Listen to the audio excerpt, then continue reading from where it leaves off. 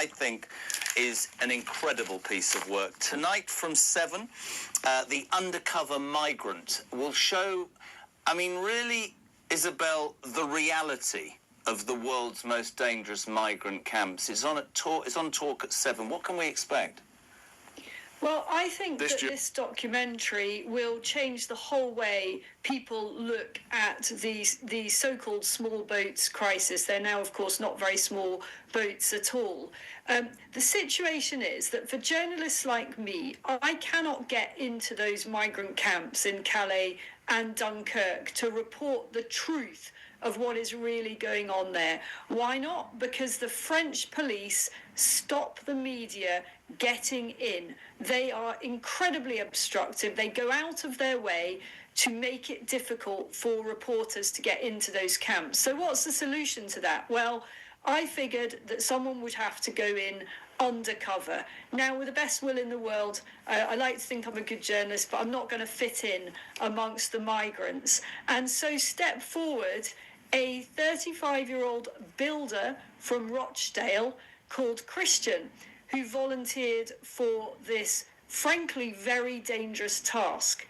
And so what happened after months of preparation, during which Christian actually changed his appearance, he practiced foreign accents, and reached out to people smugglers on social media. He went into those camps in Calais and Dunkirk, and he lived with the migrants for 2 weeks. And all the while, he was filming and recording everything. Amazing. And what people will hear about what is truly going on in there and the type of people coming our way, I think will shock. We've got a clip, and I cannot stress enough to you guys, from 7 o'clock tonight, The Undercover Migrant. Let's have a quick listen, have a watch of this clip from tonight's show. This journey of me following the migrants went from sort of 10 in the morning, all around the clock, to late at night, to the point where, on buses, on trains, through streets, all at every key point, the police, the French military police, and the French police were, they were there. They were on the bus, taking down notes, taking pictures, but not doing anything to deter the migrants or stop them, just being there. Brave man, Isabel. You said it in the intro that you think this could change the way people view. What I hope it will do is show the reality. I mean, we're giving 500 million quid a year to the French, and they're shepherding them towards boats to come to the soft United Kingdom. That's a disgrace. What we actually see here is not just pictures of the French police standing on the beaches. I know people have seen those before. Yeah. French police have long been accused of turning a blind eye. This is totally different. What we see here is the French police actively facilitating the movement of migrants from France to the UK. They are part of this. They are herding the migrants onto buses, quite literally herding them onto buses and trains and making sure that they get off safely. That is utterly outrageous, and I think we should be demanding a hefty refund of the money that we give the French for this. The other thing that people are going to hear on this show is serious questions over how many of the migrants are paying to come to Britain. I don't think many of them are actually paying their fare anymore. Now, what does that mean? That means that they are providing criminal services, most likely criminal services, in return for their free passage to the United Kingdom. What do you mean criminal services? What do you mean by that? Well, there was a story in yesterday's Telegraph, or the day before, that certain migrants are drug smuggling. They're acting as mules in return for their passage. Now, we didn't see any evidence of that. We don't have any evidence of that. That's a Telegraph story. But I think that this is basically indentured labour coming over. So to put it more simply, at the risk of sounding a bit lefty about this, and that I'm certainly not, many of the occupants of these boats are effectively modern-day slaves. That is terrible for Britain. These are not people coming over with any skills to offer us.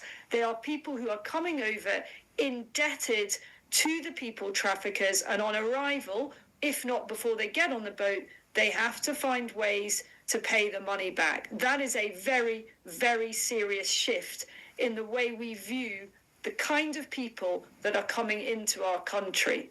Can you answer me a question? Because yesterday, and can't wait for this now, yesterday we had all the stories about the two Afghans who were put in jail. There was another alleged story of a rape of two 14-year-old girls in a flat in Bolton. Unless this country does something about it, and journalism like yours tonight, I hope, will help. I hear from everybody says the same thing. I don't know whether there's a lack of will, a lack of bravery. I hear politicians and commentators say, yeah, we need to leave the ECHR, sod the blob, blah, blah, blah. I'm just going to say, and I'm sure you'll agree with me, this is a no-brainer. It's gone too far now. Sarah Vine on the front of the Mail is absolutely spot on. The British public are no longer going to stomach this. It has got to end. It's got to have something done about it, hasn't it, Isabel? Well, look, I don't condone this. This is dangerous and probably unlawful, but there are already effectively British militias forming to go and take direct action. Now, we don't want to encourage people to do that. And what Christian Drogan, who has been undercover in those migrant camps and has dealt with those people smugglers, would tell you is that that is going to end in people being killed. There are guns in these camps. We've recorded them. He heard them every night. You don't trifle with these people smugglers if you're an ordinary citizen from the United Kingdom. But I fear that unless our government and the French get a grip of this and stop the boats, then there are going to be British people dying on the beaches of France as they try, in many ways you could say valiantly, to protect our own country from this influx of very dubious characters. I can't thank you enough for coming on. I can't push the programme tonight enough. It's going to be fantastic. Isabel Oakeshott presenting The Undercover Migrant tonight from 7 o'clock on tour. Never seen before undercover footage of the world's most dangerous migrant camps, gunfire, the French police, dodgy deals. It's a brilliant programme. It's exclusive to Talk tonight. What is it, 8 minutes to 10? Where's that day gone?